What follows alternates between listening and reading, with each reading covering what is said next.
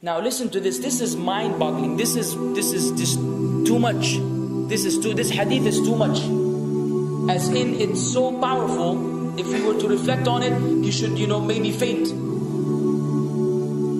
When Allah loves a slave, He calls on Jibreel. Who's Jibreel?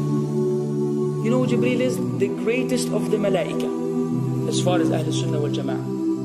The one whom when the Prophet ﷺ saw, he fainted alayhi salatu wasalam, because of his wings had covered the horizon. Jibreel, the angel who's responsible for the most virtuous thing, which is conveying the revelation from Allah to the messengers of Allah. Jibreel, and what do you know about Jibreel? Allah said, whoever is adu, whoever is an enemy to Jibreel, then Allah is the enemy to the disbelievers. Allah defended Jibreel in the Quran. Jibreel, the one who took the Prophet ﷺ in Al-Isra al-Mi'raj, in the ascension to the heavens. Jibreel, the malak which we don't know what to say about, because of his honor and his virtue in the sight of Allah. Allah will call on him to share with him the love which He has for you. Allah doesn't need to do this. He could not do this, but Allah likes to do this, so He does it. He says, I love Fulan. Now I want you to think that Fulan is you. Whatever your name is, Ahmad, Mayroob, whatever your name is. Imagine Allah above the heavens, above the throne, in His greatness and His majesty, which is beyond our human comprehension, calls out to Jibreel to inform him that He loves you. And not only that, فَأَحِبَّهُ, then He commands Jibreel to love you also. So Jibreel now loves you. Allah and Jibreel love you. But it doesn't end there. Jibreel then will call upon the inhabitants of the sama. Who are they? All the malaika. How many? We can't even count.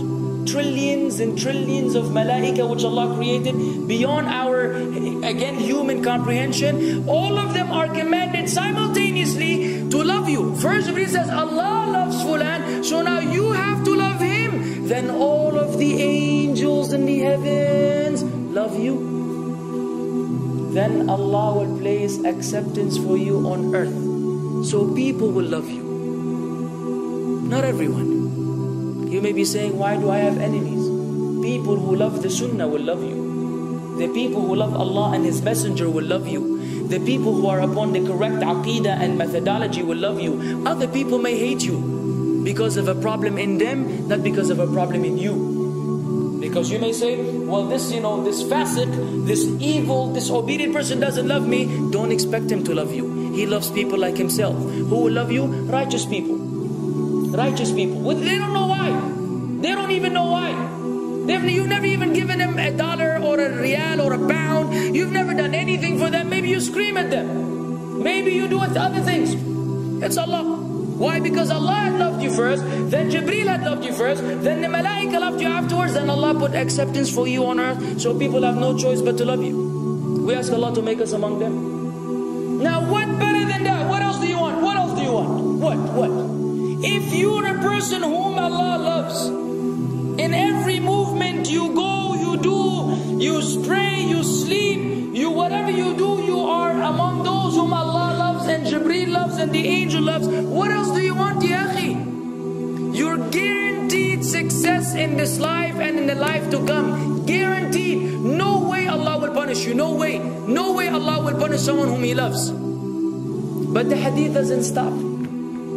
The hadith has a very saddening continuation, which we should seek refuge with Allah from. وَإِذَا أَبْغَضَ عَبْدًا, and if Allah hates a slave, He also calls on Jibreel. And He informs Jibreel that He hates this person. So He will command Jibreel to hate this person. Then Jibreel will tell the angels to hate this person. Then Allah will put hatred for him on earth. La ilaha illallah. Imagine you walking upon the planet, the face of the earth which Allah created, while Allah hates you, and the angels hate you, and Jibreel hates you, and the righteous people hate you. What a sad state for a human being. And ikhwan, we could be one of those as well.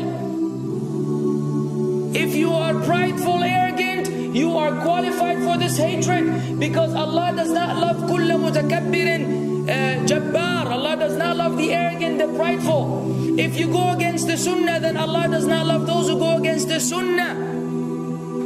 If you don't observe taqwa, and you don't observe ihsan, and you don't observe tawbah and tatahur, then again we are disqualified. If you, many things which we can mention, many things which will bring about Allah's hatred and deprive us of Allah's love. It's a very sensitive situation, meaning right now, you have to be one of these two. Either Allah loves you or He doesn't. But there's always good news, even for those people whom we can be amongst. It's not too late because you're alive. It's not too late because it's Ramadan. It's not too late because you're breathing. Even if you led a life of someone who had attained Allah's hatred, if you were to return to Allah, then Allah will love you and be happier. He will be so happy with your tawbah than a man who lost his mount in the desert. Upon it was his food and his drink, and then he waited under a tree for death, and all of a sudden he opened his eyes and he sees his camel or his horse or whatever that was right in front of him, and he gets so happy. He said, Allahumma anta abdi wa ana rabbuka. Oh Allah, you are my slave and I am your Lord. Kufr. He said a statement of kufr, but the Prophet ﷺ said, أخطأ من شدة الفرح. He made a mistake because he's so happy. You know when you're so happy that you may say things against what you want to say? When you're so happy that you just, you say words that mean nothing to anyone? Allah is happier when you return to Him than that person. What else do we want? For how long are we going to stay away from Allah? For how long are we going to lead the life of the heedless? For how long are we going to go against the sunnah? What are you waiting for? Death? Death.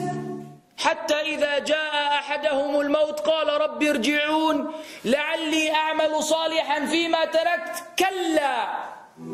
Until when death comes to one of them, you say, oh Allah, allow me to return so that I may do good in that which I left behind. And it will be said to him, no, it's only a word. إِنَّهَا كَلِمَةٌ هُوَ قَائِلُهَا. It's nothing but a wish and a word he will have. It will not be fulfilled. Let us not wait for death, ya akhwan. If each one of us here, by Allah, if each one of us here acted upon the sunnah, lived according to the sunnah, and invited people to the sunnah, and enjoyed what is good, and forbade what is evil, wallah, we will make a major change in the city in which we live. And if Muslims hearing this all over the world had that same attitude, then we will change the condition of the whole ummah. So no enemy can come and play games with us. We will squash them, all of them. Because Allah will defend. إِن تَنْصُرُ اللَّهِ يَنْصُرْكُمْ وَيُثَبِّتْ أَقْدَامَكُمْ. If you aid Allah's deen, Allah will aid you and will keep your feet firm. But we don't even live according to the sunnah, let alone be given victory over the enemies. So we're being humiliated in everywhere we go in the world. So let us make that change. Now that Ramadan is here, now that you've been given this sudden inclination towards good, if we don't succeed, if we don't take advantage of this month, wallahi, we are losers. If Ramadan ends and you are the same way you were before Ramadan began, then one of us is a loser. If we don't return to Allah after Ramadan, then we are losers as well. So tonight, bi'idhnillah, always on our mind, attaining Allah's love, acquiring Allah's love, fetching for the sunnah, and acting upon it whenever we're able to do so.